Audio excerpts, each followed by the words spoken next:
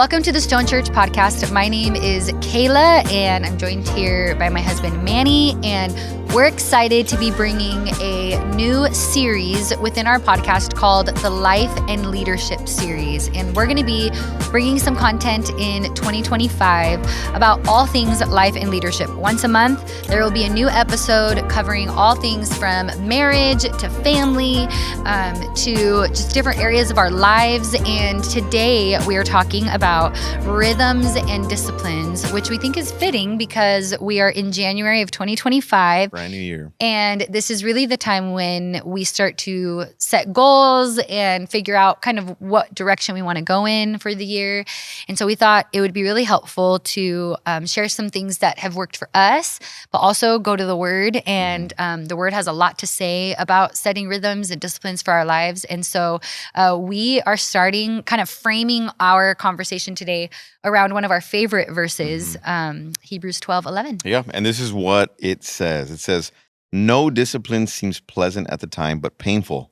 Later on, however, it produces a harvest of righteousness and peace for those who have been trained by it." And really, if we think about, rhythms and disciplines, well, what does that even mean? What is a rhythm and what is a discipline? And what we, came together and defined it as is, it's something that you do often, most likely on a daily basis, that becomes eventually a habit. And really, these habits form into who you are as a person, form into how you develop relationships, how you parent, who you are as a Christian. And so really, rhythms and disciplines are habits that form you into who you are today. And so what we wanted to do and what we thought was a good idea is to kind of frame our talk on this specific verse and kind of break it up into a few different groups. And if we look at the verse, the beginning of the verse says, "No discipline is pleasant at the time, but painful." Right? What does that mean? Well, discipline isn't fun, right? I love how practical this verse is because you read it and you're like, yeah, that's exactly what discipline feels like. It's not easy. It's not fun. It's not second nature. It says it's not pleasant at the time, but it's actually painful. Yeah, it could be when you're talking about discipline in your health. You're talking about discipline in your money. Talking about discipline as a parent, as a married person, right? As a Christian. Really, discipline can come in many different forms and apply to a bunch of different areas of your life. And the reality is, being disciplined in any area typically is not fun and can be painful. Why? Well, if I'm trying to be disciplined in working out, I've got to go to the gym, or I've got to go lift weights, or I've got to work out somehow. And what happens when you work out? It's literally painful because you're sore the next day, right? Like this morning, we were doing lunges. Yeah. If you love to do lunges, I'm going to pray for you, man. I forget how to even walk or that I have any coordination at all. It's brutal. And I just fall apart. Yeah. If you apply it to your money. Yeah. If you decide to budget your money, you decide to tell every dollar what to do, well, then sometimes you can feel restricted and feel like, man, I'd never have money for anything. And it can be painful and annoying, right? You could apply it to being a parent and apply discipline in the form of boundaries and guidelines that you decide to put in place for your kids. And sometimes they're like, "Mom, Dad, why do you do that? Why do we do that?" It doesn't feel good all the time. So really, a discipline in this verse literally says it's painful. Yeah. Well, and you always say a really good quote about like life being hard. Maybe share, about there's discipline that's hard, but there's also the alternative, which is also hard. Yeah. And years ago, I heard this concept and it really made sense to me. I don't know who was saying it or where I heard it from, but the person essentially said, in life, we have to choose our hard. When we think about being disciplined, it's hard, like we just said. It's painful. It can be painful. It can be, in a sense, let's say you are a spontaneous person. Well, it can make you feel like you're in a box, right? And this person essentially was saying that it's not only hard to be disciplined, it's also hard to be not disciplined. What does that mean? Let's take Finances. For an example. You can be disciplined in your finances, you're budgeting, you're telling every dollar what to do, and you'll kind of see the benefits of that afterwards. Or you could not be disciplined in your finances. You can get into debt, right? You can make purchases that are not wise, and you will feel like you never have money. That's hard too, right? And you can apply that to any area. You can apply that to your health, your parenting. You can decide to be disciplined. You can work at it. You can put things into place that will be hard to do, right? That you will, and we'll talk about it later, that you will reap a benefit of. Or you can decide to be not disciplined in these areas as well, which is also hard because the consequences of those things are not always fun and they're not always rewarding. And so that's kind of the concept, is that we've got to choose our hard. It says no discipline is painful or is pleasant at the time. It's painful. But then I love the next line because it says later on, however, it produces a harvest of righteousness and peace.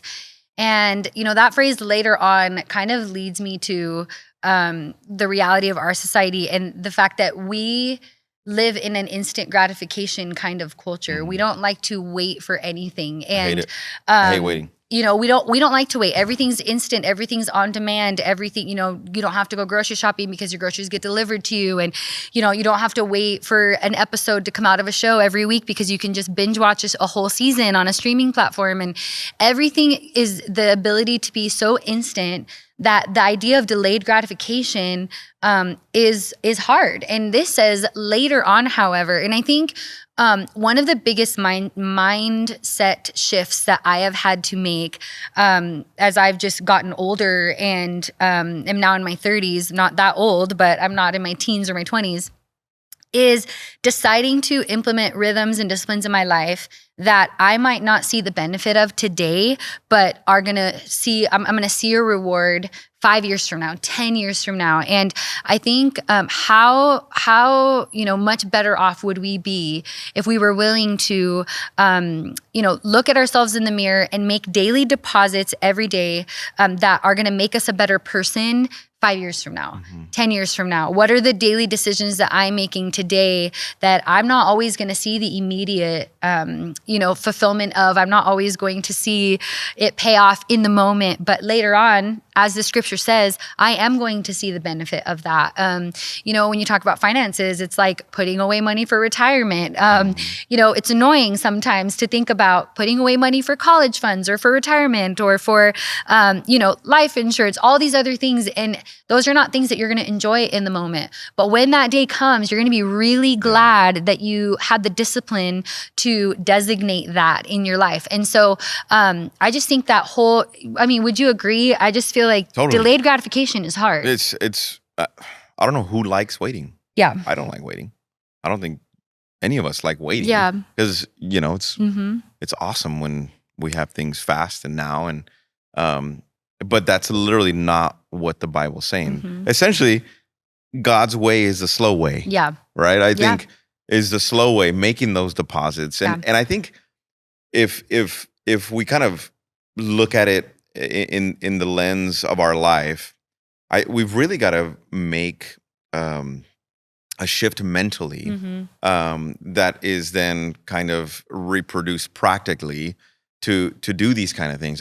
We were at a conference one year, and I remember a pastor doing a breakout session on something like this, and he talked about how him and his wife, every year they kind of have a different focus on something. And I remember this specific year, he talked about the subject of sleep. And he's like, so what we do is we get together and we're like, man, what were we lacking this year? What do we want next year? What do we want to get better at? What do we want better of? And he was talking about how this year that they were at the conference, that they wanted to get more sleep and better quality sleep. And he's like, so what we did is we threw all of our resources at it. I read a bunch of books, and it became valuable to us. And so he's like, what did that mean for us? Well, I read those books, started doing a lot of research. We bought a new mattress. We set a deadline on this is what time we're going to go to sleep. We're going to get this many hours of sleep. And essentially what he was saying is like, I've literally this year have slept the best of my entire life, and I feel like an entirely new man. Yeah.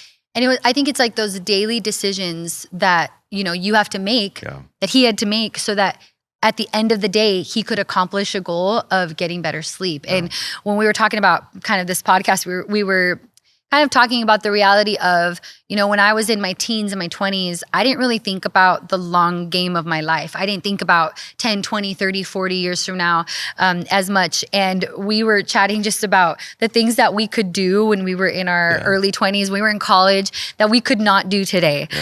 We were talking about just the amount of things that we could eat. Oh, man. And like never think about, think twice about. What was your McDonald's order? Good people. When I was a teenager, we were not going to talk about this. Oh, come on, Keila. When I was a teenager, I was this like scrawny, tiny, but giant eater. And I would eat a Big Mac, a Filet-O-Fish, and a 6-piece nugget. That was my meal.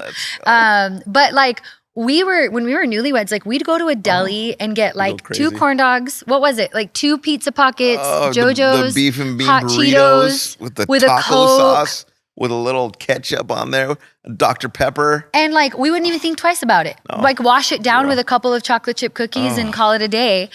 And I can't even think about that without getting heartburn. Yeah. Like, I don't even know when is the last time I was able to eat that much fried food and not regret it. Yeah. Or like, we just laugh about how, we're in our early 30s, but we'll wake up and be like, I'm in my later 30s. Oh, I'm sorry. So I'm just before. Yes. 36? I'm 34. I went beyond. I'm almost to my mid 30s, but brutal.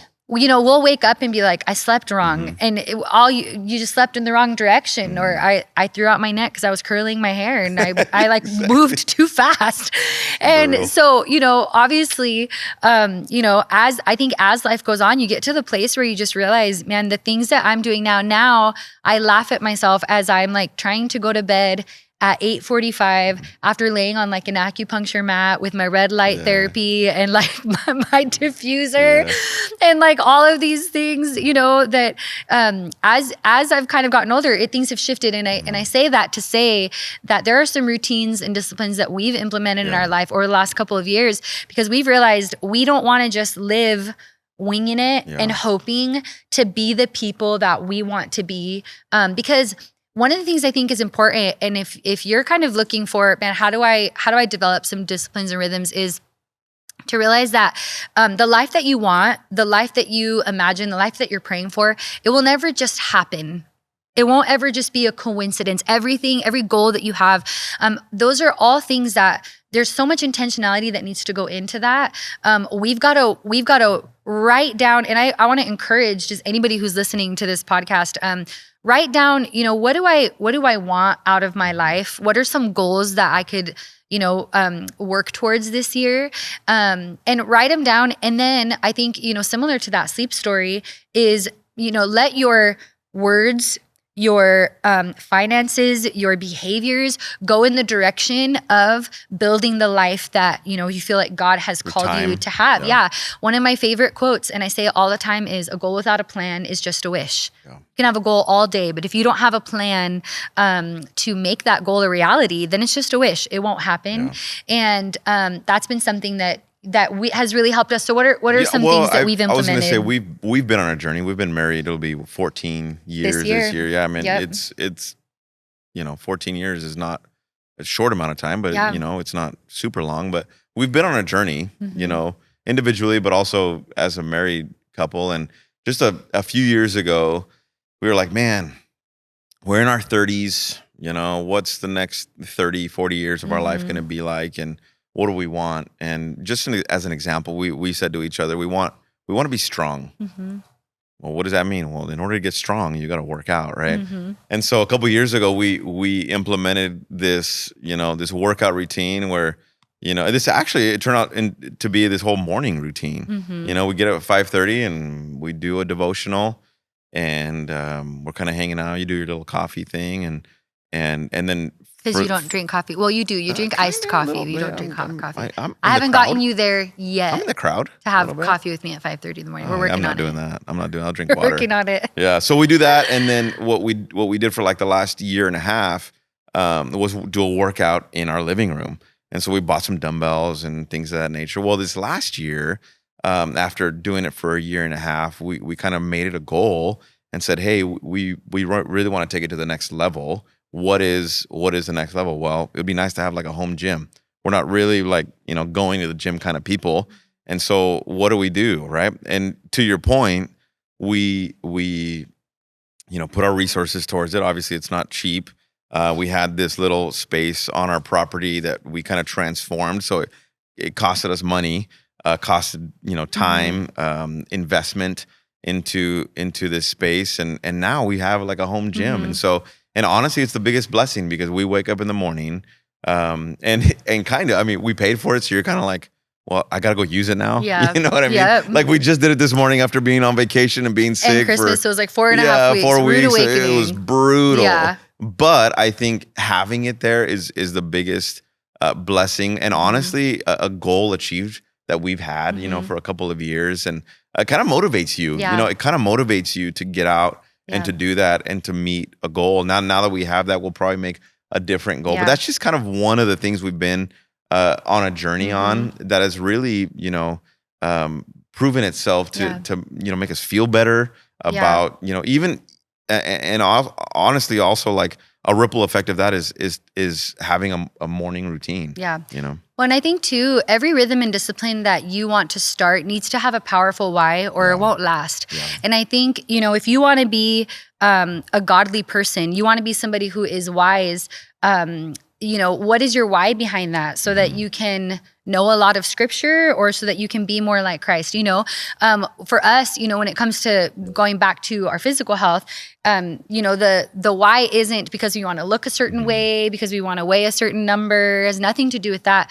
The why that will keep us going 5, 10, 15, 20 years from now is, we want to be healthy. We want to be strong. We want to be able to run after our grandkids. That's something that's really important to us.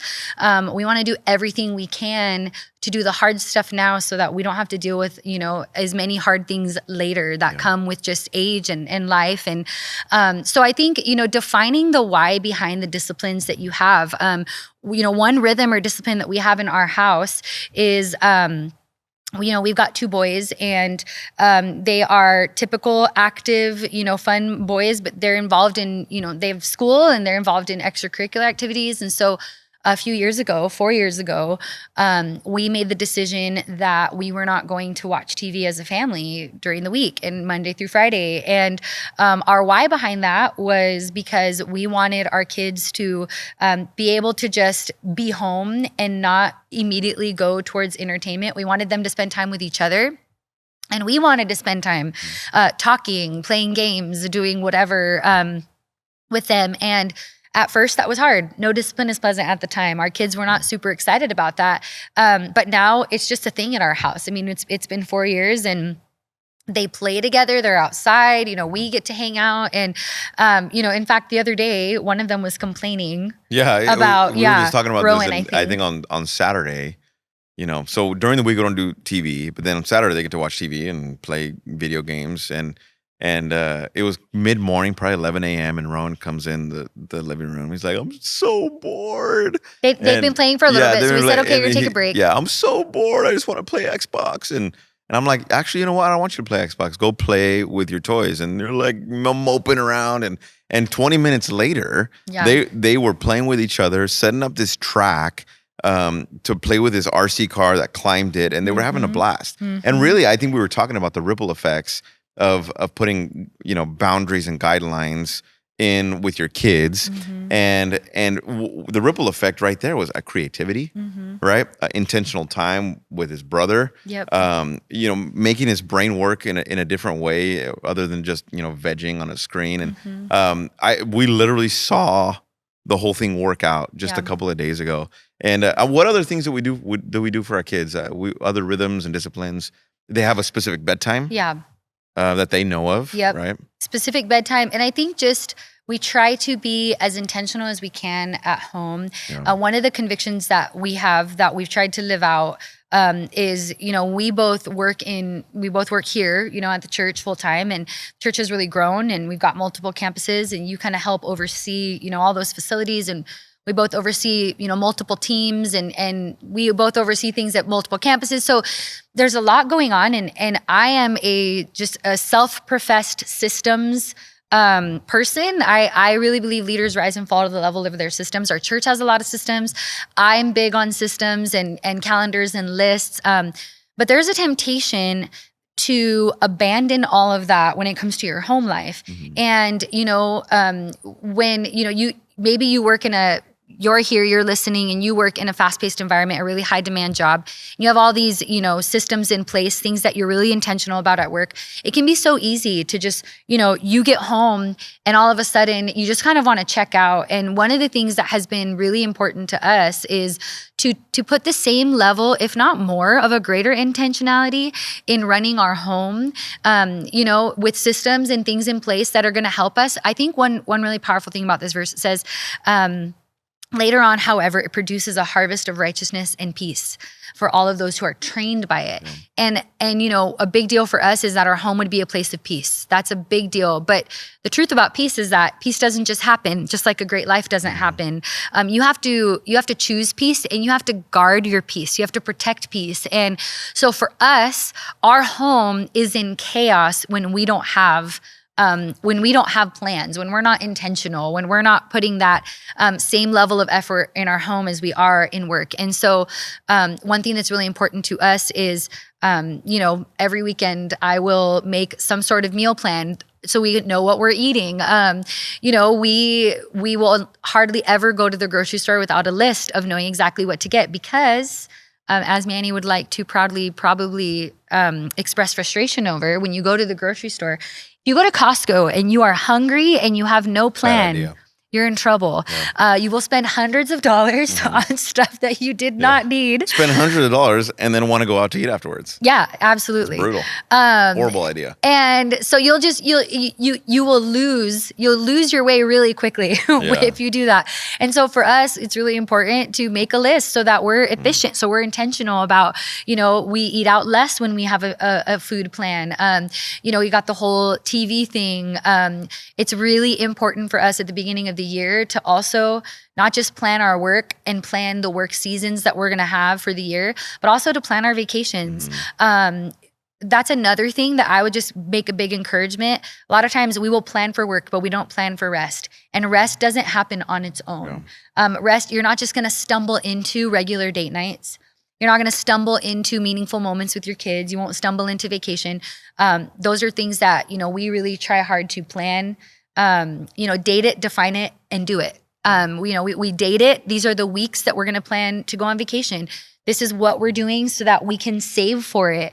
And it feels like a lot of work and it feels hard, but like you said, life is hard. So, having no plan and not being able to accomplish as much is hard.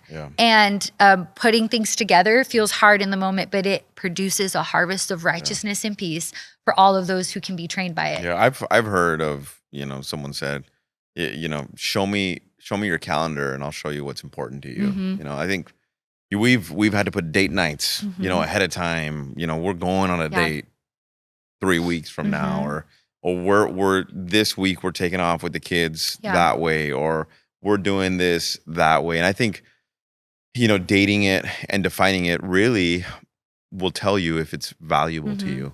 And I think that's an incredible, way to manage things. It's really about time management, measuring your time. And there's a quote here that it says, what gets measured gets managed. And I think if you're measuring whatever it might be, your money, your relationship with your kids, your relationship with your spouse, your relationship with the Lord, right? If you can measure those things, then you can manage those things. Like I want this amount of money in my savings by June, or I want to study these books by the end of the year, or I want to read this amount of books, right? Go through this many books of the Bible. Exactly, this many books of the Bible. I want to, go do an in-depth study on this book by this time. I think if you can measure it, and you do measure it, you can manage it. And I think it's hard, and it's a discipline, and you've got to train yourself to do that because it's not easy. And the other thing that I think about, talking about that whole thing too, is that there's different seasons of life too. You might have kids that are little, and you're like, man, when I wake up, I don't know where I'm at. Yeah. I've got babies, Yep. and you can talk about that. Yeah, well, and I think what I would say to that, before I go into detail, just in the different seasons, is there's a temptation when you're trying to establish disciplines, rhythms. Maybe you're trying something new this year that you've never tried before, to adopt an all or nothing mentality. And I would just say break up with the all or nothing mentality, because it doesn't work. The striving for perfection doesn't work. And here's why: because the moment that you get off plan, if you skip 4 weeks of going to the gym, if you blow your budget for 2 weeks and all of a sudden you're like, what happened?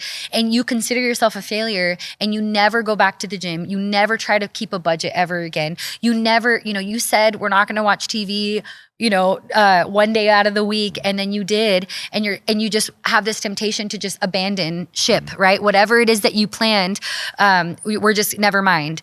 And perfection is the enemy of progress. And I think, this idea that it has to be perfect or it has to be nothing is a lot of times what keeps us stuck. And so I think remembering that marginal progress is better than nothing. And so, you blow your budget, get right back on it 2 weeks later. It's the ability to go off course and readjust and come back that will actually be able to help you. And so kind of going along with that, there's different seasons of life. And maybe for you, a big goal is I want to be more of a godly person. I want to know the word more. But I've got 3 toddlers at home, and I also work, and my husband is gone a lot, or my wife, works out of the home. And all you have is 10 minutes a day. Well, give God those 10 minutes a day, because he can do more with that than you could imagine.